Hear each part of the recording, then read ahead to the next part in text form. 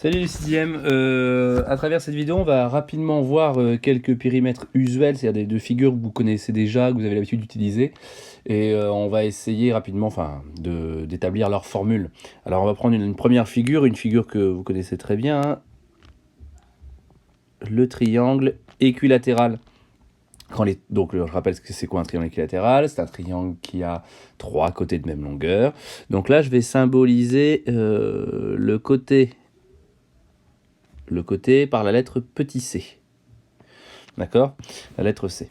Donc, qu'est-ce qui se passe dans un triangle équilatéral? Les trois côtés sont de même longueur. C'est-à-dire que si je veux trouver son périmètre, il faut que je compte son côté 3 fois. Donc, le périmètre d'un triangle équilatéral, c'est 3 fois la lettre C, 3 fois petit c. Donc le côté, vous le répétez 3 fois. Ok? Une autre figure que vous avez l'habitude d'utiliser, qu'on a appris à tracer dans l'année, une figure qui est elle aussi à ses côtés de même longueur, c'est même sa définition, c'est le losange. Le losange, il a 4 côtés de même longueur. Alors, s'il a 4 côtés de même longueur, ça veut dire que son périmètre, c'est 4 fois C. D'accord? Une autre figure qui a 4 côtés de même longueur, mais en plus, cette figure, elle a 4 angles droits. Vous connaissez également 4 angles droits, 4 côtés de même longueur, c'est le carré. D'accord? Et bien donc son périmètre a lui aussi le périmètre du carré. Si j'en fais le tour, je vois que le côté se répète 4 fois. Donc 4 fois C. Ok? Donc voilà, ces trois figures ont quoi en commun? C'est que leurs côtés à chaque fois sont de même longueur.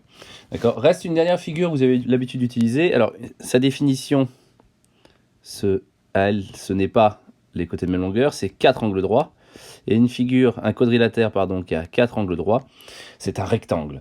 Alors en plus, le rectangle, il a une propriété particulière, c'est que ses côtés opposés sont de même longueur. Donc regardez bien mon codage. Ces deux grands côtés, je mets le même trait pour les mêmes longueurs. Et les deux plus petits côtés sont aussi de même longueur, mais comme ils ne sont pas de la même longueur que les grands, je mets un codage différent. D'accord? Alors le souci, c'est que si je mets un codage différent, je vais être obligé d'utiliser deux lettres.